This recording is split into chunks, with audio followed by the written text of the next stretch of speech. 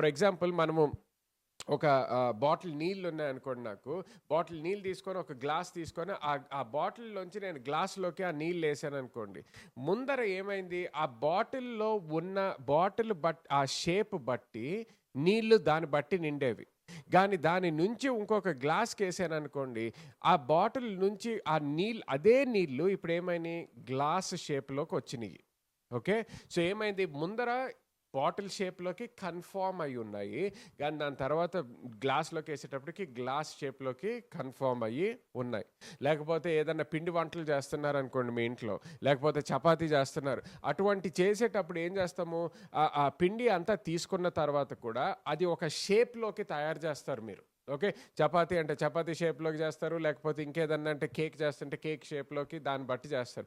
So ఏం చేస్తున్నారు, ఆ పిండి ఇష్టం వచ్చినట్టు వదిలేయట్లేదు, కానీ ఒక షేప్లోకి తీసుకొస్తున్నారు. దాన్ని కన్ఫార్మిటీ అంటారు.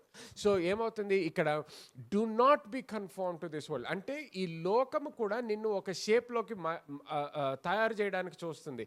దేని బట్టి, లోకము నుంచి వచ్చే మాటలు బట్టి, లోకము నుంచి వచ్చే ఆలోచనలు బట్టి.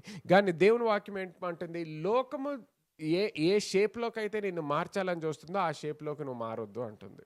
కానీ ఏ షేప్లోకి మారాలి మనము, దేవుని వాక్యము నుంచి వచ్చే షేప్ బట్టి మనం మారాలి. దేవుని రూపంలోకి మార్చబడే షేప్లోకి మనం రావాలి. హల్లెలూయా.